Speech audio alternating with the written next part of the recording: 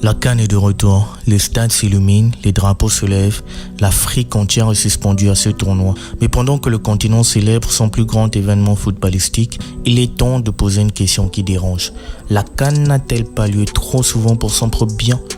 La CAN, ce n'est pas juste du football. Depuis 1957, elle symbolise la fierté, l'identité et la compétition africaine.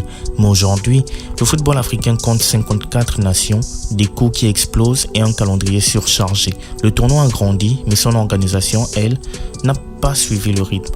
Regardons les autres grands tournois. La Coupe du Monde, c'est tous les 4 ans. L'Euro, tous les 4 ans. La Copa América, tous les 4 ans, sauf quand ils veulent faire gagner Messi.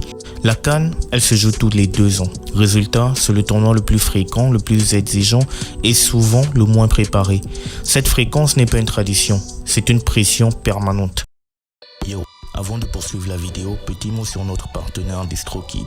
À ce stade, tous les fans de musique et tous ceux qui en font ont déjà entendu parler de DistroKid, la plateforme numéro 1 de distribution musicale au monde. On a bossé avec eux pour rendre les choses plus simples pour les artistes qui débutent dans notre partie du globe en offrant un service professionnel complet qui leur permet de distribuer leur musique sur toutes les plateformes de streaming avec un accès mondial et de devenir, pourquoi pas, la prochaine sensation musicale.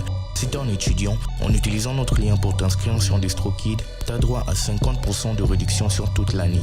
Dans le cas contraire, tu as quand même droit à un minimum de 7% de réduction sur n'importe quel plan, y compris DistroVid, leur service de distribution pour vidéos musicales. DistroKid ne se contente pas de juste mettre ta musique sur les plateformes, il te donne tout, et quand je dis tout, c'est vraiment tous les moyens et services qu'il te faut pour réussir dans l'industrie. Tous les liens sont en description, va checker ça pour toi ou partage-les à quelqu'un que tu connais qui fait de la musique et qui pourra en bénéficier. On se capte au son. Depuis 1957, la CAN a été organisée 34 fois. L'Euro, seulement 17 fois. 2 fois plus souvent que l'Euro, mais avec moins d'argent, moins d'infrastructures et moins de temps pour se préparer. Le résultat, des tournois précipités, des décisions d'urgence et des crises répétées. Quelques exemples sont: en 2015, le Maroc se retire à seulement 4 mois du tournoi. En 2019, le Cameroun perd ses droits d'organisation à moins de 2 ans du tournoi. En 2021, il y a des retards et problèmes de préparation. Aucun autre grand tournoi n'a jamais changé d'hôte à la dernière minute. Ce n'est pas de la malchance, c'est un problème de calendrier. Le temps de préparation impacte directement le budget. L'Égypte en 2019, moins d'1 an pour se préparer, coût supérieur à $1 milliard. Le Gabon en 2012, presque 6 ans de préparation, des coûts allant de 400 à 500 millions de dollars. Même tournoi, des résultats totalement différents.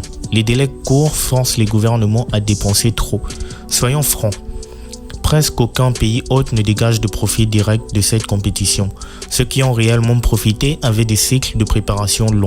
Les autres pressés se retrouvent avec des dettes, des stades vides et des coûts d'entretien énormes. La CAN ne ruine pas les pays. Les CAN précipitées, elles, oui. Sur 54 nations de la CAF, juste une vingtaine ont déjà accueilli le tournoi. Plus de 30 jamais.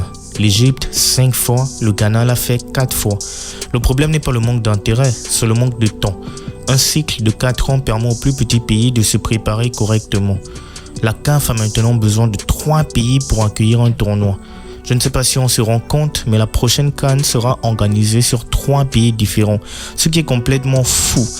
Je prévois que ce sera un des tournois avec la plus faible affluence et l'un des moins réussis. Si vous voulez que j'explique pourquoi, je ferai une vidéo là-dessus, faites-moi savoir.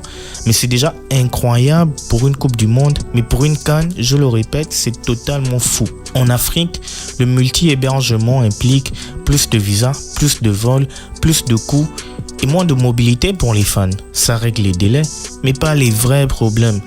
Les stades vides ne reflètent pas un manque de passion. Ils reflètent surtout des billets d'avion trop chers, des visas difficiles à obtenir, des distances énormes à parcourir.